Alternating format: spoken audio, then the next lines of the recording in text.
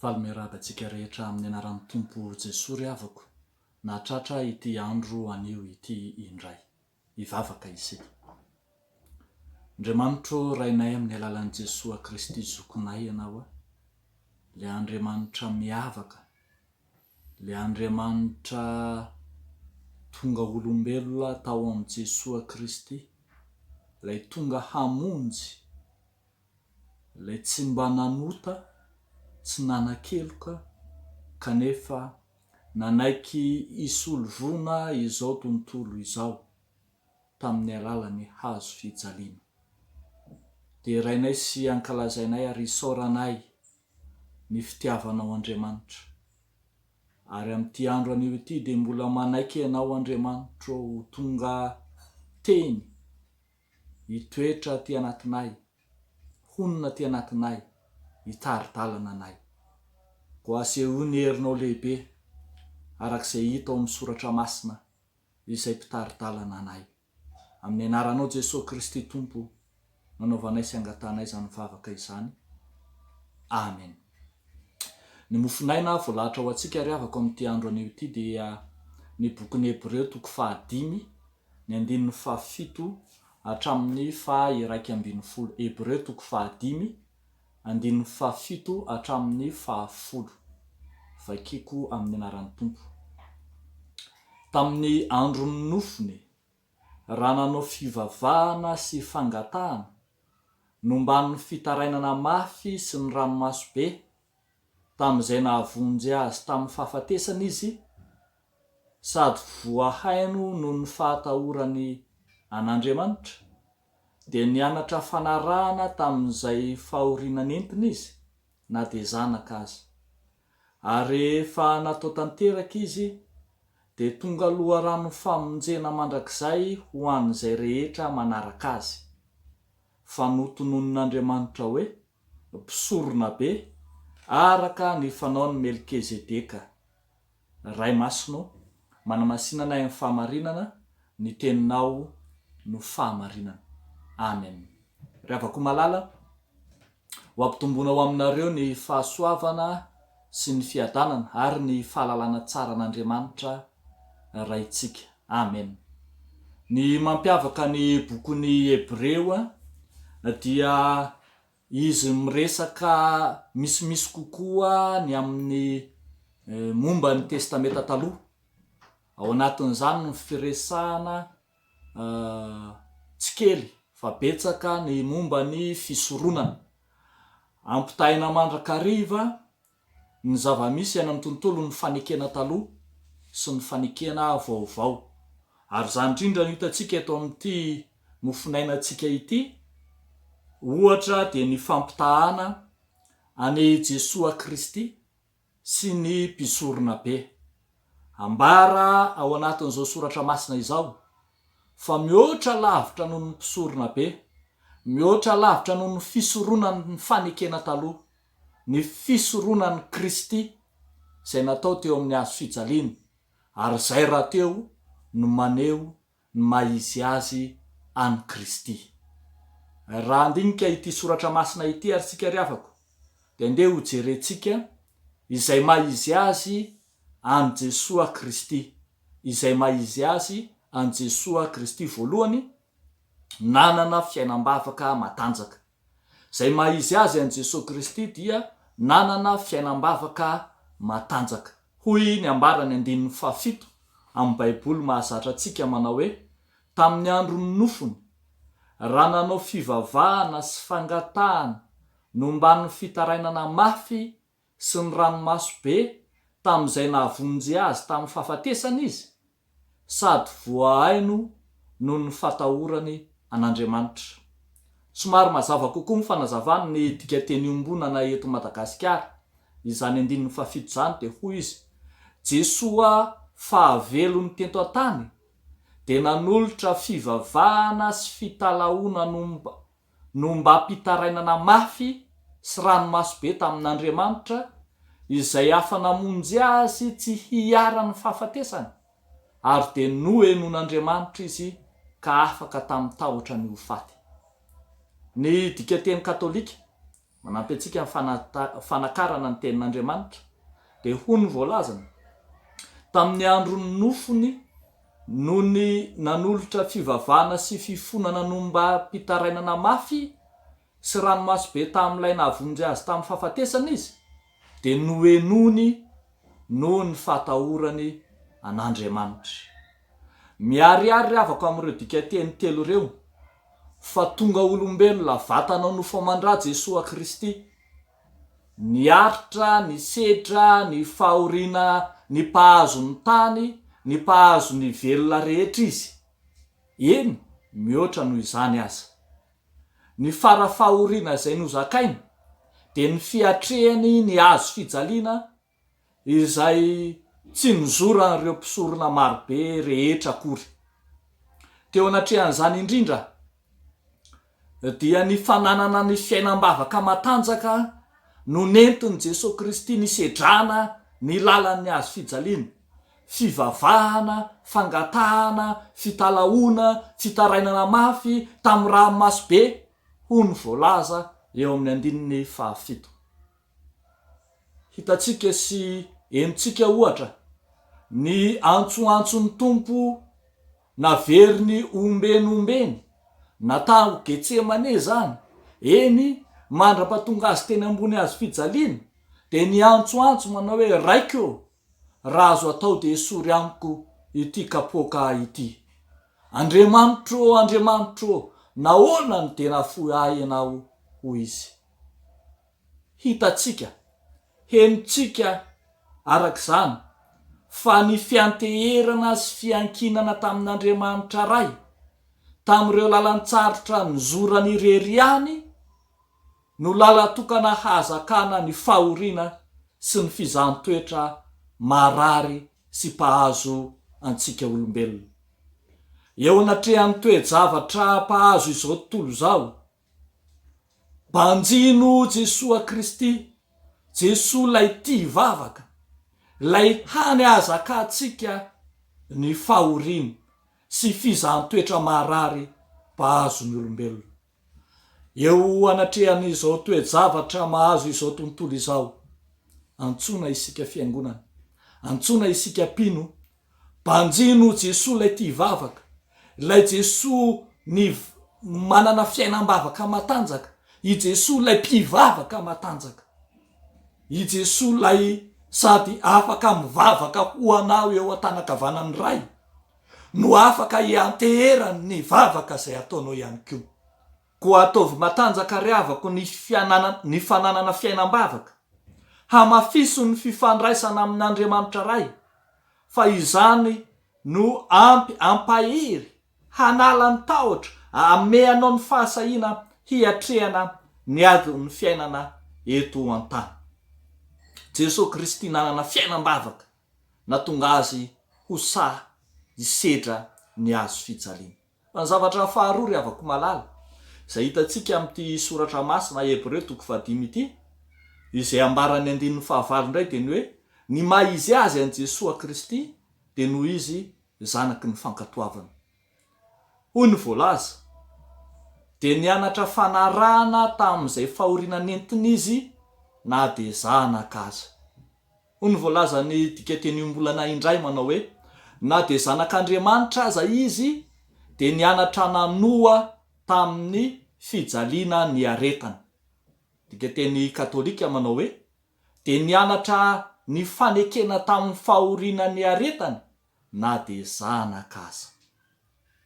Teo anatrehan'ny fijaliana sy ny fahoriana ny aretan'i Jesosy Kristy de miariary fa ny mahazanaky ny fanarahana, ny mahazanaky ny fankatoavana, ny mahazanaky ny fanekena azy koa aza, ho ny dika teny katolika. Andriamanitra izy, araka ny teniny hoe zao sy ny ray de iray ihany.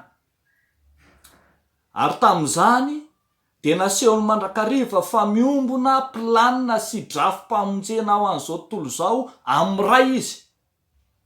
Noho izany, na de nanana izany fahefana maharay na maha-Andriamanitra azy izany ary izy, de nekeny ampiarina aminy ny lalan'ny azo fijaliana sy ny fahafatesana, satria zanaky ny fanarahana, zanaky ny fankatoavana izy.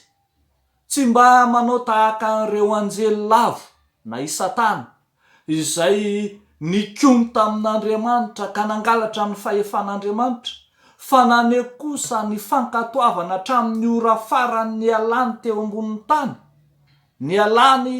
nialan'ny ainy, ka nitenenany mandrakarivo manao hoe kanefa aoka tsy ny sitrapoko aneno atao fa ny anao. Efa nolazain'i Jesosy Kristy raha teo ry havako fa ny haniko izy dia ny manao ny sitrapony izay naniraka ka mahavita ny asany. Jaona 4:4-7. Ry havako malala, fotoanan'ny fankatoavana sy fotoanan'ny fanekena, fotoanan'ny fanarahana hahatonga antsika ho zanaka tandalana, ny fotoanan'ny fahavelomana ankehitriny. Ahatongavana amin'ny fahombiazana mandrakariva ny fankatoavana sy ny fanarahana ny sitrapon'Andriamanitra.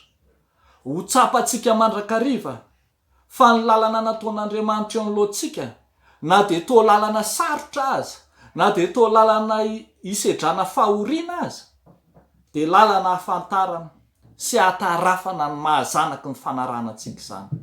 Izany ry havako malala ny mahazava-dehibe, ny fanekena nataontsika hampandray fanasan'ny tompo izay mitoetra ho marina mandrakariva tamintsika noraisina ho mpandray ka nilaza manao hoe hanohy ny fitondrana ato amin'ny fiangonan'i Jesosy Kristy eto Madagasikara ary hanaja ny hevitra tapaky ny fivorian'ny mpandray. Raha toka mila hitrotra arak'izany, raha toka mila hisendoatra, raha mila hikikika manoloana ny tsirariny mahazo ny fiangonana, mahazo ny mpanompon'Andriamanitra, mahazo ny mpino, dia tsarovy fa lahara-pahamehana tsy maintsy mialo lalana ny kikikanao ny fanarahana ny sitrapon'Andriamanitra, ny fankatoavana ny sitrapon'Andriamanitra. Farany ry havako malala, izay ambarany ity mofinainantsika ity dia milaza ny maha izy azy an'ny Jesosy Kristy dia noho izy loharanom-pamonjena. Ny maha izy azy an'i Jesosy Kristy dia noho izy loharanom-pamonjena. Hoy ny ambarany 7 manao hoe ary rehefa natao tanteraka izy dia tonga loharanom-pamonjena mandrakizay ho an'izay rehetra manaraka azy. Indray ny dikan-teny ombonana manao hoe noho nefa tonga amin'izay fanaperana izy dia zary loharanom-pamonjena mandrakizay ho an'izay rehetra manoa azy. Ary ny dikan-teny katolika milaza manao hoe ary ankehitriny efa tonga amin'izay fanaperana izy ka tonga fototry ny famonjena mandrakizay ho an'izay manaiky azy. Ry havako, ny mahatanteraka na fanaperana an' Jesosy Kristy no maneho ny fepetra ny mahaloha ranom-pamonjena na ny fototry ny famonjena azy. Tsy azo ampitahina velively mihitsy amin'ny fisoroana ny mpisorona be izay olombelona ihany, izay mety manana ny fahalemeny, izay olona avy amin'ny olona ihany, araka ny voalazany 1:1 sy ny 2 amin'ity Hebreo 5:5 manao hoe fa ny mpisorona be rehetra dia alaina amin'ny olona ka tendrena ho solon'ny olona hanao ny raran'Andriamanitra, hanatitra fanomezana sy fanatitra afaka ota, dia olona izay mahay mitondra mora ny tsy mahalala sy ny mania, satria ny tenany koa dia mba hodidin'ny fahalemena ihany. Hodidin'ny fahalemena ihany. Tsy tahaka mpisorona be Jesosy Kristy, fa izy kosa dia mihoatra lavitra noho izany. Tsy mba manana ota izy ary tsy manatsiny raha teo, arak'izay ambarany 2:4 manao hoe koa satria isika manana mpisorona be lehibe izay lasa namaky ny lanitra dia Jesosy zanak'Andriamanitra, aoka isika hiazona ilay efa neketsika. Fa isika tsy manana mpisorona be izay tsy mahay miara mitondra ny fahalementsika, fa izay nalaim-panahy tamin'ny zavatra rehetra tahaka antsika kanefa tsy nanana ota.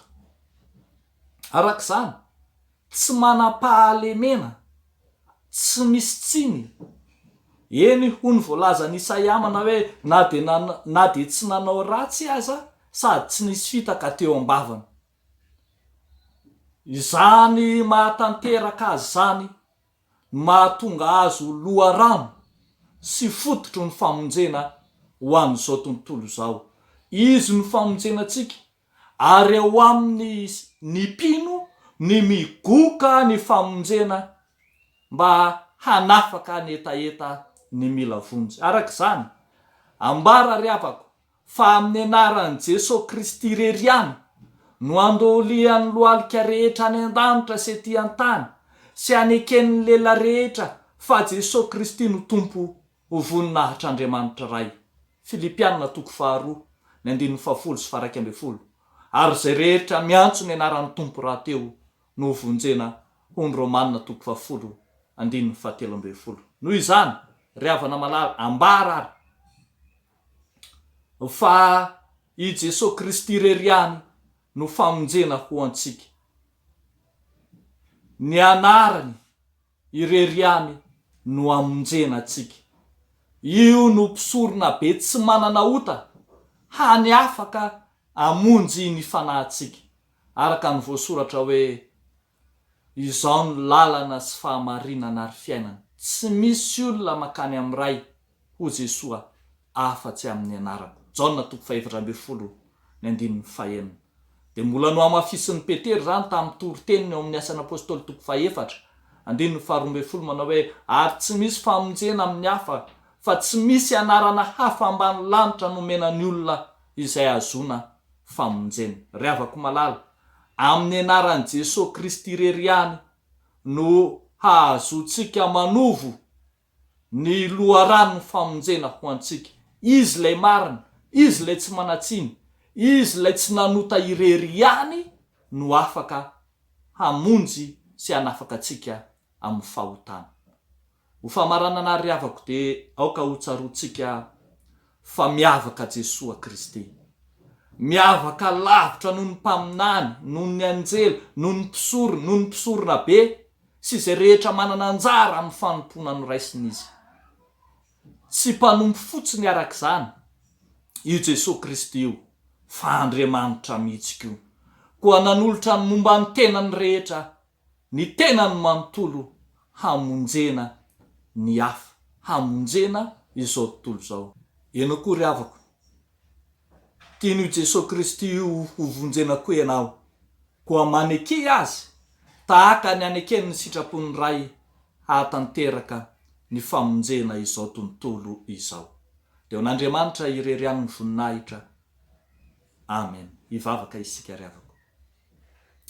Raha io de misaotra sy mideranao zahay, mankalaza anao no ny famonjena izay nomenao anay tamin'ny alalan'i Jesosy Kristy lay nanolotra ny tenany teo amin'ny hazo fijaliana ho famonjenanay. Misaotra anao zay Tompo, satria tsapanay, tsaronay fa lehibe ny fitiavanao. Ary ankehitriny ampitoery mandrakariva amin'izany fitiavanao zany zahay, hahazonay mandeha araka ny sitraponao. Vonona raha teo zay haneo, hanaraka ny sitraponao arak'izay hita ao amin'ny soratra masina. De tario sy tantano vimbino amin'ny fitiavanao naiza misy anay.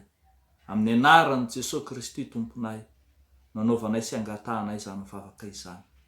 Misaotra Tompo. Amen.